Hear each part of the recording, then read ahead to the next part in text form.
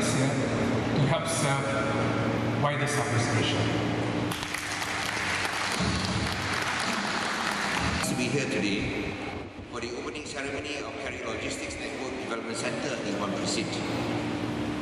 It's an honour for Penang to welcome Asia's premier logistics service provider to set up their GBS of global business services in Penang. But first, let me apologise for being an hour late. We had a lightning visit by the young Baton our kid, to Penang yesterday, when he wanted to visit Penang Hill. And Penang Hill has become very popular lately. We do 1.5 billion passengers a year from the previous 200,000. And it has been transformed by still a work in progress. I'm sure there will be more exciting developments this year. So we are of course very honoured to have the King's presence. And we sent it off just now. And that's why we were late. And again, I apologise for the late arrival. Now, it was only yesterday when I was here to welcome the opening of two prominent GBS companies in Penang, which is Wilmar, a sister company of Kerry Logistics, and of course Citigroup.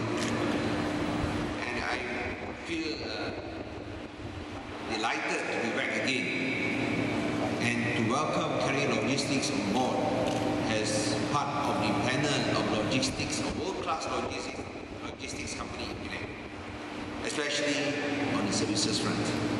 Now, Kerry Logistics Network operates here as a shared services centre to provide IT application development and maintenance for global logistics supply chain to Kerry Logistics Network. And we know that KLM is a global conglomerate with an annual turnover of $250 million with a worldwide workforce of 20,000. Now, the headcount for Penang, as mentioned by the chairman just now, is around 10. We're expected to expand to 30 by 2016 and more than 50 by 2017. And that's why even though we start small, but with the ambition as announced by Mr. George Cho just now, I'm sure that will be achievable. Now, having Kerry on board in Penang will help Penang to build competitive IT resources with global experience. Penang's availability of talent, energy and entrepreneurship will combine well with Kerry's experience and expertise.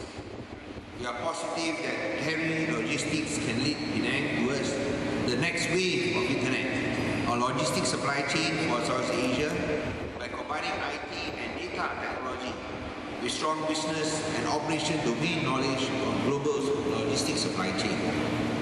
And the principal reason why we think that Kerry will do well in Penang is because we share the same corporate values: reliability, versatility, and of course, integrity.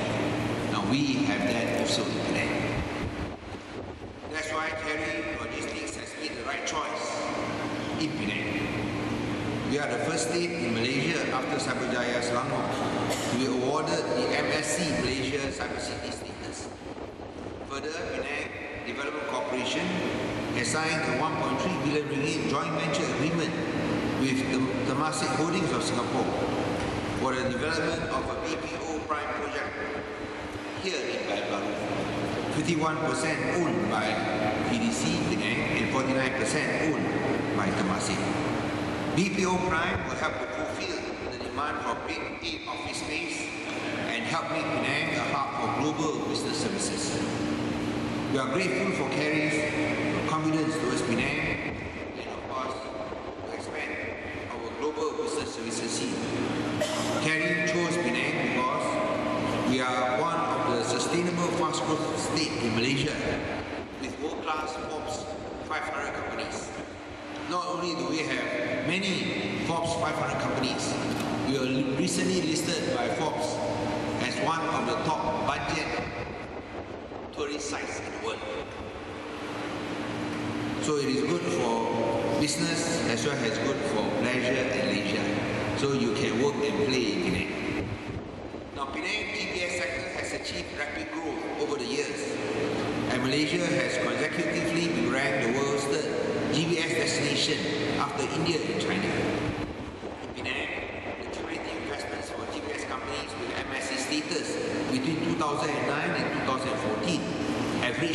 million ringgit, providing more than 8,000 high-income jobs to locals and serving both regional and global markets. The largest is Citigroup. We set up their global financial credit hub here with a headcount of 1,400. They do 32 million transactions worldwide with an annual value of 7.2 trillion US dollars. If Penang is capable of providing world-class services to such international conglomerates, I'm sure we are able to do much more. And of course, we are very proud to welcome Kerry Logistics to Penang. We expect more to come, and over the next 3 years, we expect the growth to be increased by 60%, due to the high quality, good and clean governance in Penang. After all, we are the only government in Malaysia to be commended by Transparency International. Now, in progressing towards an international and intelligent city, Penang builds its strengths around its existing competencies. We need to attract the best international companies here. And in Kerry Logistics, we have one of the best in the world. Now, we are proud to have Kerry Logistics here. We are also proud to have Mr. Josh Yeo here. It is not easy to have one of the top managers in Hong Kong to come to Penang. Of course, during the holidays, we are very proud also to have the Chief Executive of Hong Kong, spending his holidays in Penang.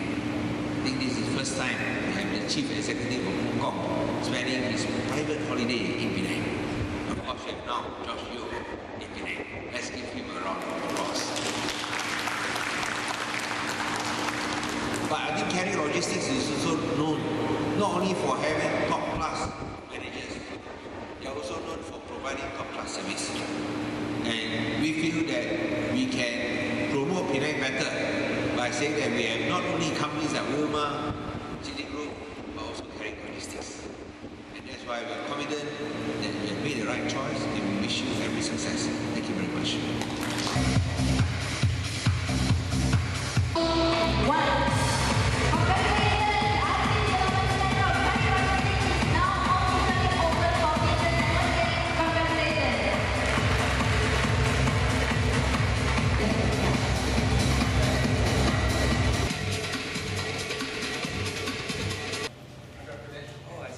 Welcome to Penang anyway.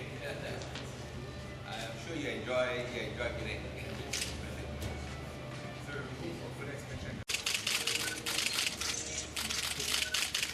Ready? Oh, you got room? Yeah. As our chairman said,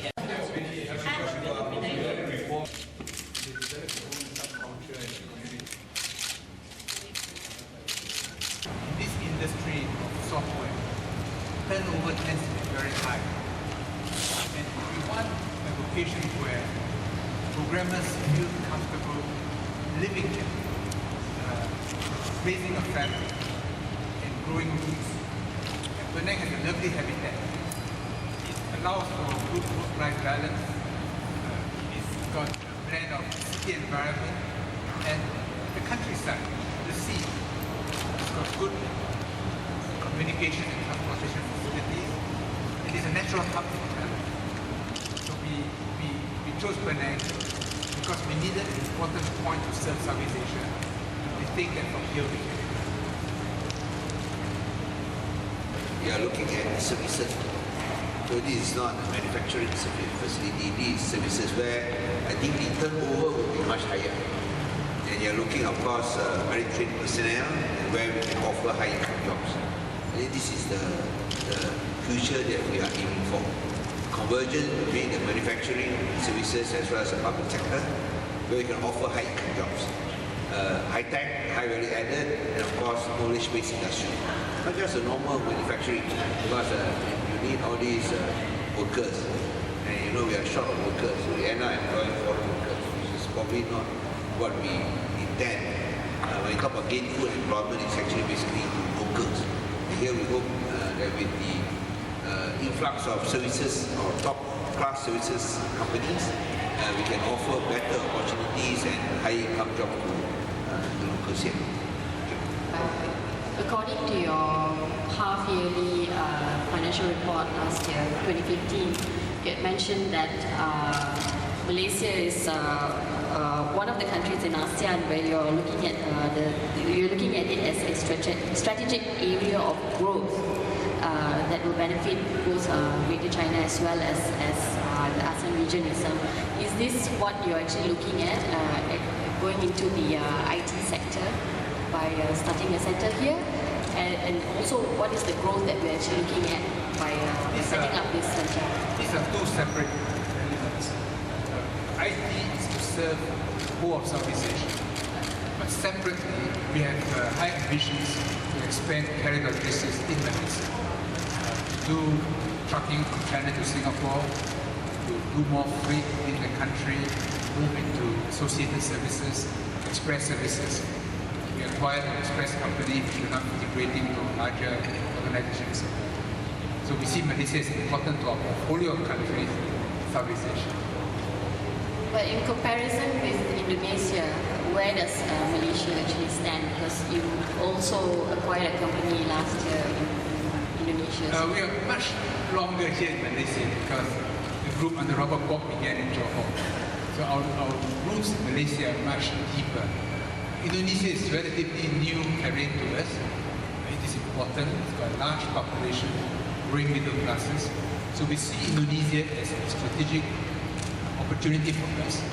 We bought into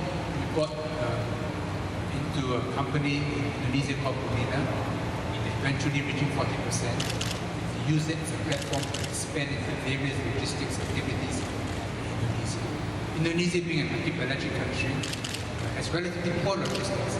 It is an area where we see great gains to be made, not just for logistics, but for the economy as a whole. How much value, if we could actually put to this the venture here, is there a value that we can actually look at as a contribution perhaps to the turnover? As it is now, it is only a small seed. If it grows, the contribution will be significant. How much are we looking at expected perhaps? Well, we're talking about growing from 10 to 30 to 50. That's your workforce. But in terms of financially speaking, or even a percentage perhaps, are we looking at 10% growth, or in your Malaysia's operation itself? Or, I think in the coming years we should be talking about double digits. But beyond that, I think it depends on overall conditions. We are optimistic for Southeast Asia as a whole, and therefore we see IT services having to grow to serve our Southeast Asian operations and customers.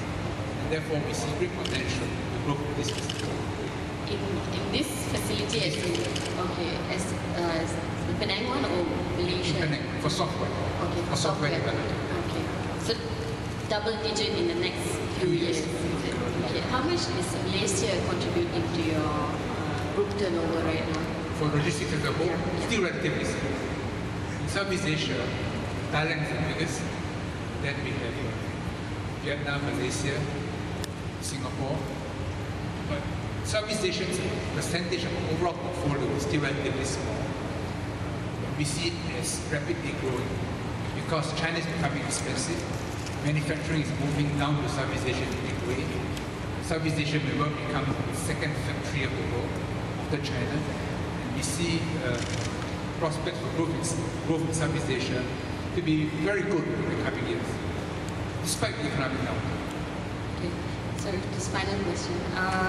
Your expansion plans in Malaysia and Laos were supposed to be completed last year, was it? According to your... No, these are ongoing projects. It's ongoing. So the one in Malaysia is not completed yet? Oh, far from it, far from it. When do you all plan to... The logistics is endlessly changing. Okay. So we want to be organically embedded in Malaysia. And as the economy changes, as it globalizes, we want to be part of helping it and benefiting from it. So that's what you meant by with these expansion plans, these ever-expanding plans, you actually look forward? As we expand, as patterns change, the IT system becomes more complicated. We must adjust to it. Otherwise, that becomes a limiting factor. Is that how you would actually term the perhaps double-digit growth in the next few years? That's part of it. Okay. Thank you. All right, thank you.